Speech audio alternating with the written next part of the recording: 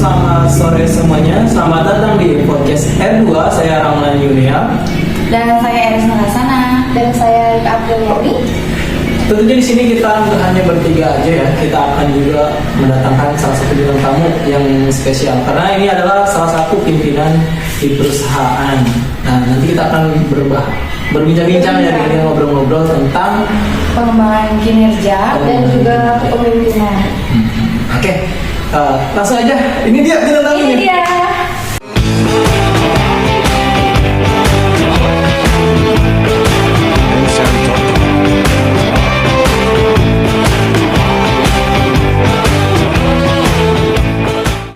Oke, kali ini kita sudah kedatangan salah satu bintang tamu ya, Sahril. Manggilnya gimana nih? Enak ya? Akang, Bapak atau A? Terserah aja, ada biar kita santai ya. Sahril gimana kabarnya? Sehat? Ya, alhamdulillah sehat. Sehat. Alhamdulillah. Sahril ini kalau nggak salah satu pimpinan di perusahaan ya. Di bagian apa tuh? Saya sekarang yang di bagian KAP ekspor ya, terutama di salah satu land di perusahaan PT. Saya nggak menyebutkan nama PT-nya ya. Boleh. Kita samakan saja nama Ya. PT-nya saja ya. Di land A di salah satu perusahaan industri manufaktur ya di PT XCJ di Purwakarta. Perusahaan yang bergerak di bidang produksi apa?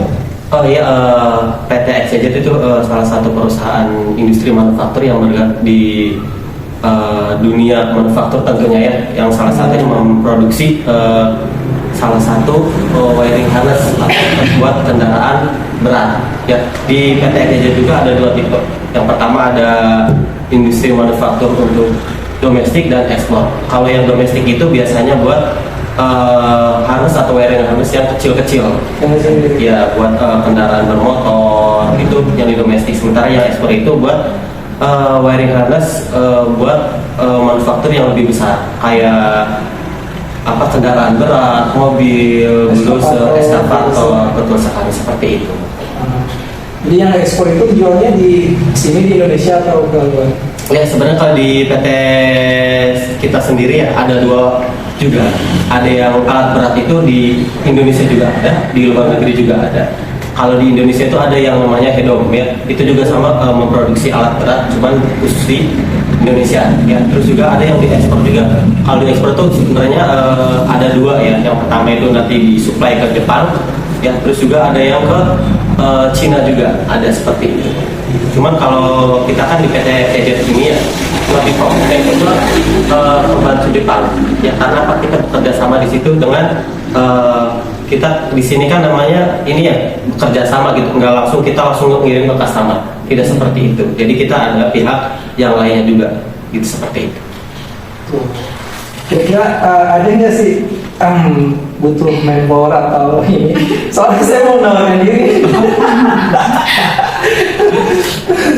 Oh iya ya. Di PT ini juga kalau masalah merekrutkan karyawan itu dikembalikan kembali sebenarnya oleh produksinya tersendiri. Kita butuh atau tidaknya. Ya terus kebutuhan produksinya juga. Ketika produksi kita PO-nya lagi banyak, terus dari permintaan customer-nya banyak, sementara kita kebutuhan kita tidak bisa mencukupi permintaan customer-nya. Tentu kita juga ada beberapa plan yang kita ajukan. Yang pertama kita bisa mengajukan lembur ya. Kalau ketika kita tidak bisa mengajukan lembur, ya salah satunya kita bisa mengajukan penambahan karyawan baru. Ya tentunya kita penambahan karyawan baru juga melalui tahapan-tahapannya. Ya tentunya kita tidak bisa orang produksi itu meminta karyawan. Ya kita tentunya melalui HRD-nya kita menyetorkan nih kita membutuhkan beberapa karyawan yang harus kita rekrut buat menutupi kebutuhan produksinya. Jadi kita kembalikan lagi ke HRD, biarkan HRD yang menentukan gitu berapa sih jumlah manpower dan kandidat yang terbaik buat kandidat karyawan di perusahaan ini, seperti itu. Membahas tentang karyawannya tadi tuh, biasanya ini di tempat kerja tuh ada karyawan yang nakal pasti. Oh iya. Ada. Gimana nih cara menanggapi karyawan yang nakal kayak gitu yang susah diatur biasanya? Oh iya, kalau masalah kita karyawannya tentunya namanya di perusahaan ini ya. Ini kan salah satu perusahaan yang hampir mayoritas itu tenaga kerjanya manusia, bukan mesin ya. Tentunya kita sebutnya itu pakai tenaga manusia ya. Pasti banyak faktor-faktor di situ tuh. Nah, namanya manusia ada kala dia tuh bete, dia tuh lagi galau lah ya, tidak mood ya, apalagi karyawan-karyawan yang mungkin bandel ya, bandel dalam artian malas gitu ya. Kita kembalikan lagi ke mereka ya. Kita awal di sini kita niatkan buat apa? Kita buat bekerja. Ketika teman-teman karyawan kita tidak sesuai dengan apa yang kita inginkan, biasanya kita juga datang mempertahankan. Bisa melalui kita trainingkan dulu, ya kita kasih tahu dulu pemahaman seperti apa proses kerjanya. Kita hearing dulu ketika dari tahap-tahap itu tidak bisa memenuhi syarat ya. Tentunya kita juga pasti mengembalikan kembali nih si karyawan tersebut gitu. Ya gitu seperti itu. Tadi Eris mau nanya apa? Nanya apa nih, Eris? Pertanyaan dari kurang lama. Semuanya diborong. Dari saya mau nanya, apa sih tantangan tantangan emosional AA menghadapi pekerjaan yang kadang kan pekerjaan itu tuh nggak selalu enak ya, ada problemnya atau apanya selama di perusahaan gitu. Cara menanggapi apa ya sebuah masalah-masalah. Ya, tentunya kalau yang ini pribadi saya ya, tentunya untuk menghadapi problem seperti ini ya, kita lihat dulu. Ya, artinya kita bagaimana membuat suasana lingkungan kerja itu kondusif. Ya, kondusif ini dalam artian bagaimana si kerja itu nyaman, aman. Ketika kita kerja aman, yang tentunya lingkungan kita juga jadi enak. Ya, tentunya hal-hal yang seperti tadi Mbak Ika ungkapkan seperti itu kita bisa menghandle semuanya. Jadi kita tidak bisa ketika dari segi dari karyawan yang merasa tidak nyaman, kita dengan tuntutan kita produksi yang banyak, target yang ditentukan juga banyak ya, nggak bisa ketika lagi strength bahasanya ya, kita strength kembali itu tidak bisa. Ya bagaimana kita pengaturan dulu Kim, suasana kerja kita bagaimana itu bisa nyaman, sesuai gitu. Ketika kita kerjanya udah nyaman, sesuai tentunya dengan beberapa langkah-langkah gitu. Salah satunya mungkin ya kita bisa memberikan reward nih buat si karyawan tersebut, biar apa? Si karyawan tuh punya ada rasa motivasi gitu. Ya biar semangat Ya bekerjanya. betul. Emang sih. Buat semangat, ada reward, ya, terus penghargaan. Mungkin kalau ada karyawan yang kinerjanya lebih bagus, bisa kita juga promosikan lebih baik lagi. Bisa mungkin jadi lebih lah. Kalau ketika itu jadi operator biasa, bisa naik lagi, bisa jadi leader atau yang lainnya seperti itu.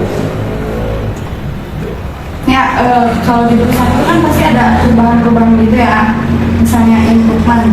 Nah, apa sih kekhawatiran AA pas saat buat improvement?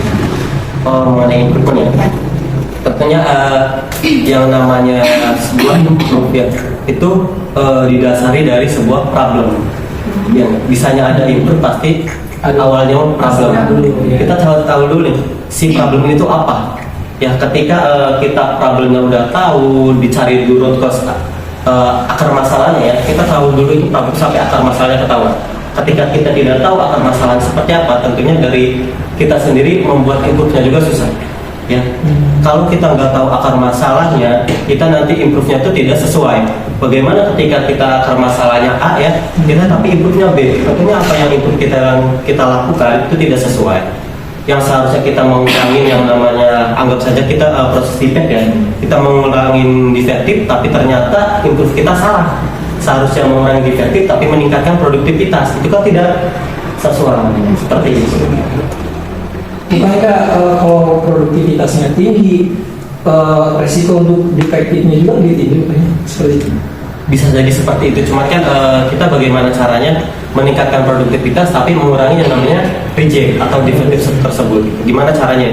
Itu dengan salah satunya ketika ada problem ataupun sesuatu hal ya, kita bagaimana kita lihat dulu 4 faktornya, dari main, material, metode, mesinnya. Ya kalau 4 aspek ini sudah terpenuhi, otomatis produktivitas juga kita bisa berjalan lancar, ya kualitas juga kita bisa mengurangi gitu. Seperti yang tadi diungkapkan masalah improvement tersebut ya. Ketika kita inputnya sesuai ya dengan tujuan kita, dengan root cause kita tahu ya, tentunya kita juga bakal enak sesuai dengan tujuan kita. Tentunya kan tujuan perusahaan kan pasti meningkatkan produktivitas dan mengurangi defektif. Tentu perusahaan pasti seperti itu, karena kita perusahaan tahu sendiri ya bagaimana sih meningkatkan kualitas. Ya kualitas kan salah satunya yaitu keinginan customer yang sesuai atau barang yang dibuat kita tuh sesuai dengan customer kita, seperti itu. Oke, buat teman-temannya yang nggak tahu defektif itu atau LD modul ya, barang yang kurang bagus untuk di produk atau dikirimkan ke customer ya, seperti itu ya. Untuk ini nih Pak Sahil ya, kan kalau misalkan kita merekrut tenaga kerja baru gitu kan, lebih bagus yang anak baru nih baru masuk ke perusahaan tersebut atau yang udah pernah kerja di situ, yang berpengalaman. Dalam artian yang berpengalaman itu orang yang kurang baik gitu maksudnya. Oke, seperti itu ya. Jadi kita ada dua pilihan ya, antara orang baru atau yang berpengalaman tapi Kurang baik. Tentunya kalau perusahaan itu milihnya yang good ya, yang terbaik. Pasti nggak ada yang namanya perusahaan merekrut karyawan yang nggak baik. Tentu yang paling pertama itu pasti dinilai yang terbaik yang dulu. Ya, jadi kembalikan lagi kan ada departemen terkait ya, ada LND-nya yang buat training kan, lolos atau enggaknya gitu ya. Kalau udah lolos terbaik pasti kita rekrut. Tentunya kita juga sama. Ketika kita dikasih karyawan baru tapi nggak baik, nanti kita juga menolak. Baik itu karyawan masih baru ataupun berpengalaman. Nah, tapi kalau dalam perusahaan tentunya pengennya itu yang berpengalaman tapi terbaik. Ya, bukan yang baru. Ya. Tapi kalau baru nggak terbaik sama aja bohong ya. Iya, sama aja Seperti itu. bohong. Ya, intinya mah kita bagaimana sih karyawan itu berpengalaman dan terbaik. Tapi tidak menutup kemungkinan yang baik, yang baru juga. Ya, kalau baru bisa terbaik, kenapa tidak? Jadi Kak, Kita mau nanya deh, apa sih motivasi AA? Karena kan kadang kerja tuh jenuh ya Ayah. Kadang kerja tuh jenuh. Apa sih motivasi AA untuk menjalankan pekerjaan setiap hari gitu? Kadang kan ada jenuhnya, kadang juga enggak juga sih gitu. Ya, kejenuhannya. Memang sih setiap hari kita kan yang namanya sebuah pekerjaan, apalagi pekerjaan setiap hari seperti itu aja ya. Iya. Rasa jenuh pasti ada.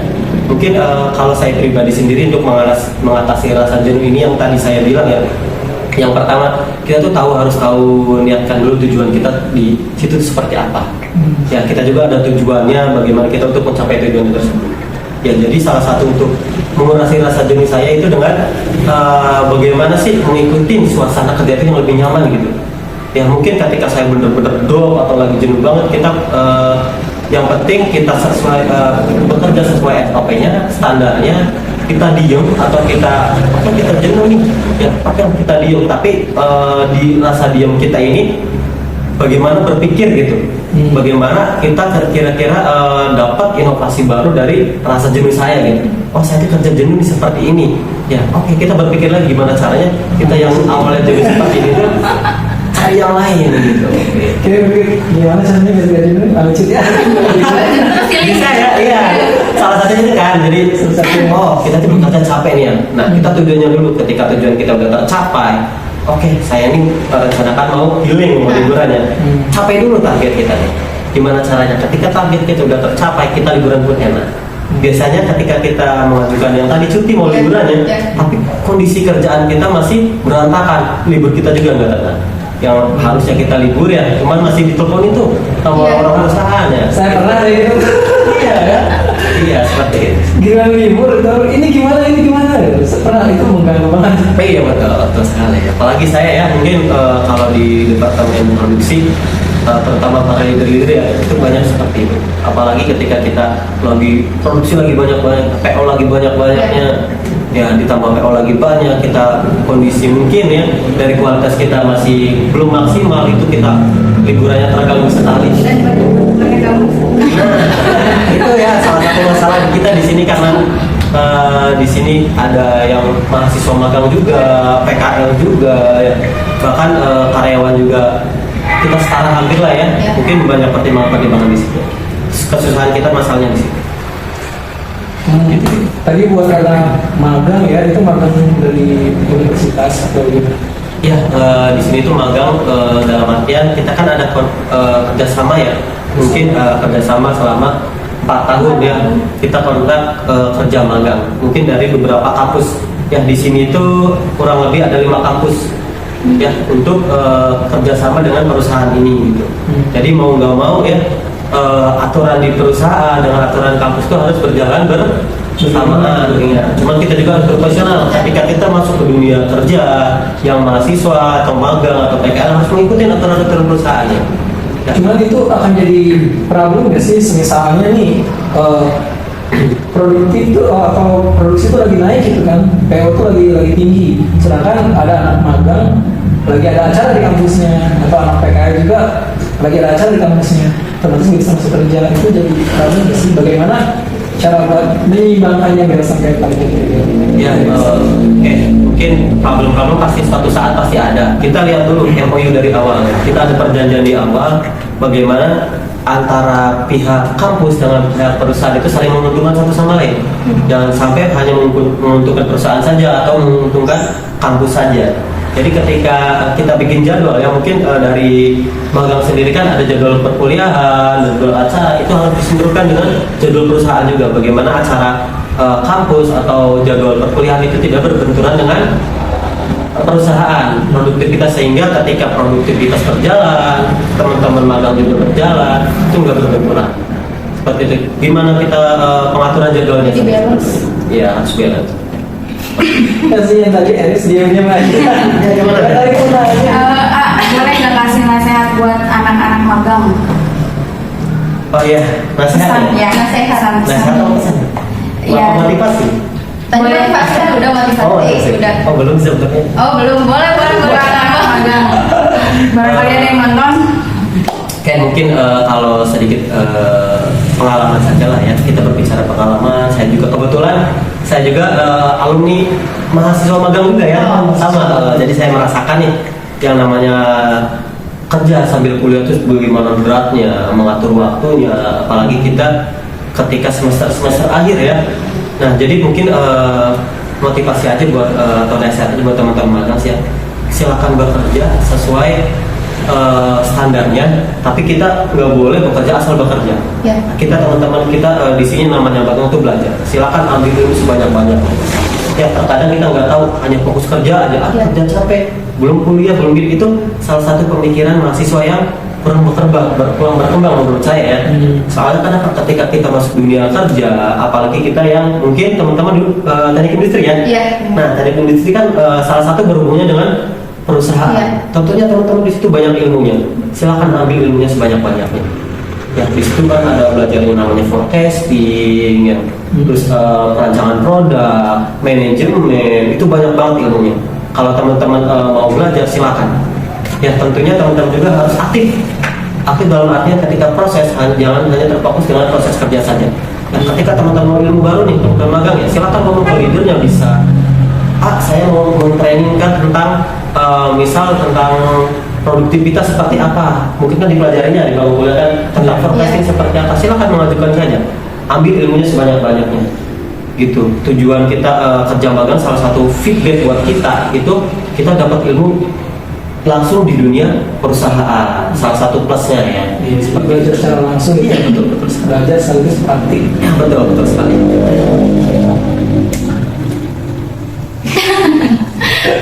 Ingin nanya lagi. Iya nih, mau nanya lagi. Ya, kalau masalah respect power karyawan, ya kita harus baik dulu. Terus tadi ya berbicara dengan mahasiswa magang nih. Kalau di sini kan kita harus tahu dulu aturannya. Kebanyakan magang itu dari segi pendapatan itu kan berbeda. Terkadang juga pendapat mahasiswa magang itu saya mah pendapatannya segini gitu ya.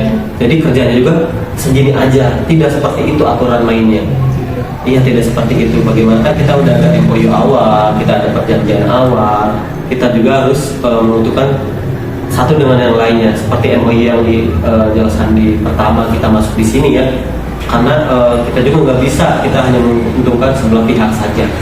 Nah, jadi mau nggak mau teman-teman magang itu walaupun magang sambil kerja dengan jam kerja yang sama, ya target yang sama, ya mau nggak mau kita harus profesional. Nggak bisa kita mengikuti aturan dari teman-teman sendiri.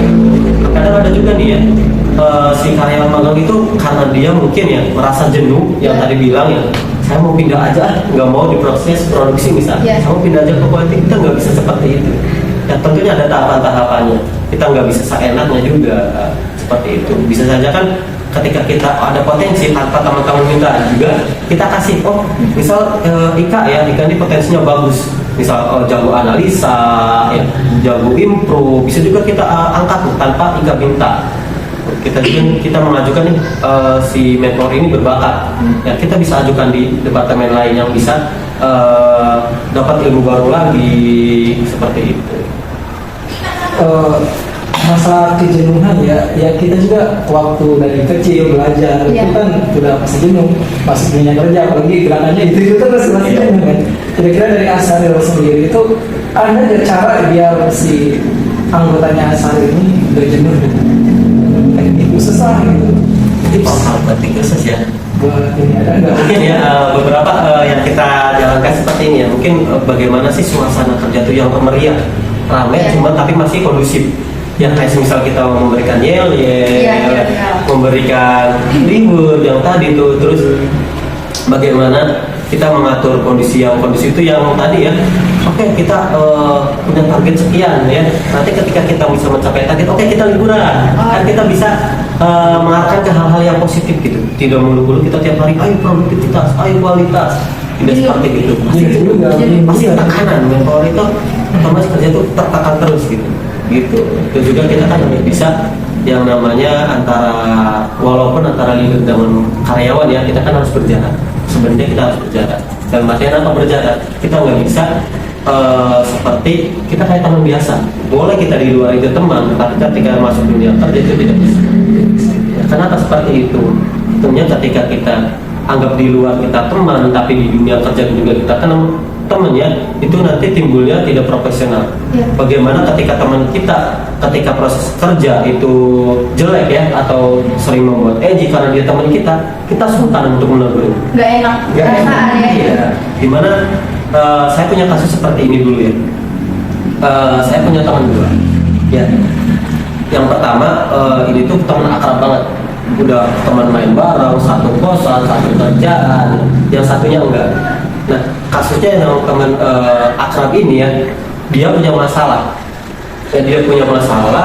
Dia hampir dikeluarkan ya, karena dengan masalah tersebut anggap aja dia melakukan hal NG tapi yang berakibat fatal. Ya, saya sebagai leadernya gitu ya, mau nggak mau harus dituntut harus mengeluarkan dia. Di sisi lain, ya itu teman saya. Ya, iya nggak? Apa yang harus saya lakukan gitu? Dia teman bareng, main bareng saya, makan bareng satu kosan. Tapi dia mau nggak mau udah melakukan kesalahan besar gitu. Yang dituntut sudah harus dikeluarkan dari perusahaannya gitu. Karena dia teman saya gitu. Jadi kan saya sungkan ya.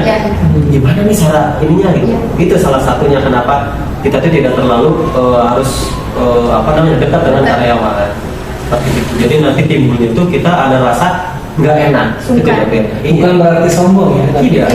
Untuk menghindari hal seperti iya, makanya terkadang antara leader dengan karyawan itu yang namanya ngobrol atau diskusi itu sangat dikurangi sekali, berhubungan langsung ya, seperti itu. Apalagi kan di sini mungkin kebanyakan dari leader sini ya, itu banyaknya kan dari juga ya, mantan mahasiswa magang juga, otomatis ikatan kekeluargaan itu kental sekali ya, namanya pertemanan, apalagi ini satu alma mater dulunya gitu ya. Sungguh, wah kalau saya mengeluarkan mentor ini gimana ya gitu. Terus kamu saya gimana ya, nah pasti ada rasa seperti itu. Jadi antara leader dan karyawan sebisa mungkin ketika udah masuk dunia kerja kita harus berjalan ya, harus profesionalisme seperti itu, harus membedakan antara di luar dengan di dalam sebuah pekerjaan. Walaupun itu adalah pasangan kita sendiri. Iya betul, apalagi pasangan kita ya, kebanyakan kita cinlok ya. Itu agak sulit ya kalau misalkan pasangan kita gitu, kita misalnya kalau dia melakukan kesalahan kita bingung juga ya, melakukan dia kita sayang kan. Ya. Gimana tuh biasanya? Ya, kalau di perusahaan ini ya, tentunya kalau ketika ada manpower ya, itu anggap aja punya hubungan suami istri, itu tidak boleh ditempatkan dalam satu lane. Misal lane A, itu ada misal saya punya istri nih, misal istri saya Eka ya. Ya, cuma kita nggak bisa nih di satu lane kan. Timbulnya apa? Pasti timbulnya nanti tidak keadilan di situ. Tapi ada gak sih yang satu lain suami istri kayak gitu? Oh nggak ada. Nggak. Ya pernah ada, tapi karena ketahuan itu suami istri itu dipisah. Entah itu dipisahkan ya atau dipindahinkan. Kita nggak bisa disatukan dalam satu pekerjaan. Walaupun sama-sama prosesnya di situ gitu. Iya, Misalkan tidak. asli semua nggak bisa. Nggak bisa. Pasti dibedakan antara departemen satu dengan departemen lainnya. Karena apa? Kita menghindari yang namanya yang tadi ya, Belum keluarga gitu kan. baru keluarga, profesionalisme ya. Takutnya kita dibawa ke rumah kali ya? Iya, bisa jadi ya. Jadi kan. Gimana kalau ibunya capek? Iya, ibunya suaminya, Iya. iya, karya istrinya ketika dimarahin dilen kan, ya enggak dikasih itu lagi. Bahaya ya. Apalagi cewek ya, pasti diungkit terus sampai rumah. Itu mereka aja kali. Jika aku Beda ya kalau berpacaran, kalau berpacaran kan nggak tahu ya. Nah, cuman kan sebisa mungkin kalau ada yang berpacaran juga antara atasan sama bawahannya itu sebisa mungkin ya. Sebisa mungkin. Cuman kan kita tidak menutup kemungkinan ya, Iya. namanya perasaan kan kita siapa nggak yang tahu. tahu, siapa yang tahu ya? Tapi selagi masih belum bersuami istri, oke silakan sah-sah saja. Kalau bersuami istri tidak boleh ditempatkan dalam satu plan ya, bukan plan. Karena kita kan berlainnya kan berbeda-beda ya. Customer-nya beda-beda seperti itu. Apa sih arti kebahagiaan menurut AA? Kebahagiaan ya, Iya. bahagia ya. Berat sih sebenarnya. Ya kalau menurut pribadi saya sendiri, bahagia itu sederhana ya. Sederhana dalam artian gimana kita dalam menjalani sebuah aktivitas itu merasa cukup, hati tenang. Ya, ketika kita merasa cukup, hati tenang, apapun bisa terkendali ya. Ketika kita misal banyak uang misalnya, kita jabatan tinggi tapi tidak tenang, itu tidak bahagia. Yang penting itu kita merasa cukup dan hati tenang. Itu sih kalau menurut arti bahagia buat saya sendiri seperti itu. Syukur juga ya. Iya. Jadi di posisi asal yang sekarang tuh gimana nih perasaannya sebagai senang atau banyak tekanan? Oh gitu. Iya namanya tekanan ya, semua itu pasti ada tekanan. Gimana caranya kita itu menghadapi tekanan itu dengan hal yang positif. Ketika kita dapat tekanan tapi kita memikir pasti kita stres. Ya gimana caranya kita dapat tekanan, kita tetap tenang. Dalam arti tenang ini memikirkan gitu, tekanan itu tuh kenapa? Kita pasti punya jalur ABC-nya. Kita punya plan A, plan B, plan C untuk apa? Untuk mencapai solusinya gitu. Masa itu tertekan karena mungkin ya produktivitas kita lagi dikejar-kejar produktivitas, kualitas, dan tertekan. Tapi kan kalau kita gegabah, kita gelisah, kita nggak bisa mencari solusi-solusinya gitu. Tapi kalau kita tenang, oke, kita dapat tekanan ini, tenang aja dulu, tenang kita pikirkan gitu ya. Dalam arti kita nggak boleh terburu-buru mengambil keputusan. Kita tenang aja tuh, tenang sambil memikirkan, jangan sampai kita tenang, udah tinggalin. Itu salah juga seperti itu. Tapi kan sebagai laki-laki itu harus cepat mengambil keputusan gitu. Betul. Jadi tantangan tersendiri guys. Iya betul. Kalau cepat semua juga dalam dunia perusahaan ya, dunia kerja yang namanya kecepatan mengambil keputusan itu harus. Ya, tapi kan dari kita harus cepat mengambil keputusan didasari dengan apa dulu nih? Ya, kalau kita cepat mengambil keputusan tapi salah, percuma. Ya, kita ketika suruh mengambil keputusan kita pikirkan dulu matang-matang. Kita harus cari dulu tuh rumusnya seperti apa. Kita harus tenang dulu nih. Kita harus mengumpulkan datanya dulu, kita analisa dulu ya. Ketika kita sudah analisa, kita praktekkan dulu ya. Resiko kita harus memiliki resiko ya. Kita ketika mengambil keputusan resikonya seperti apa, kita mengambil keputusan biar resikonya seperti apa, kita harus tahu juga analisa resikonya. Jangan sampai ketika harus mengambil keputusan cepat tapi nggak tepat. Ya. Kita tuh harus mengambil keputusan cepat tapi tepat. Ya itu dengan apa? Dengan tenang gitu. Jangan gegabah, jangan buru-buru. Ya semua itu ada prosedurnya kan. Kita harus ada analisanya dulu. Seperti itu. Jadi harus menganalisa ke akarnya dulu. Makanya dulu kosnya, kosnya harus tahu kosnya itu. Dari Asal sendiri ada planning apa nih ke depannya buat Asal? Nah, planning akan Dalam dunia kerja. kerja ya. Oh iya kerja. Sudah menikah? Oh belum. Mau jadi pasangan ya? Nanti kita plan. Ini pindah land. Iya. Dalam dunia kerja ada sebenarnya ada improvement ke depannya mau kayak gimana gitu. Kalau saya pribadi sendiri sih ya dalam dunia kerja mungkin karena umur saya juga masih di angka 25 tahun ya. Selagi saya masih umur di bawah 30 tahun, mungkin saya akan berusaha semaksimal saya dulu ya, bekerja dengan semaksimal mungkin ya, mencari ilmunya. Ketika saya mungkin sudah bekerja keras sampai mungkin sampai umur 30 ya, di atas 30 saya bagaimana caranya saya bisa keluar dari perusahaan. Ya. Bagaimana juga kita harus keluar, dalam artian keluar itu nggak keluar udah, tapi keluar membuat bisnis baru yang dijalankan oleh saya pribadi sendiri. Itu tujuannya seperti itu.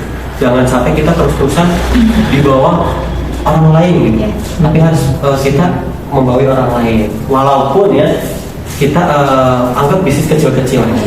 Mungkin ada paribahasanya seperti ini ya, lebih baik menjadi ikan di kolam yang kecil.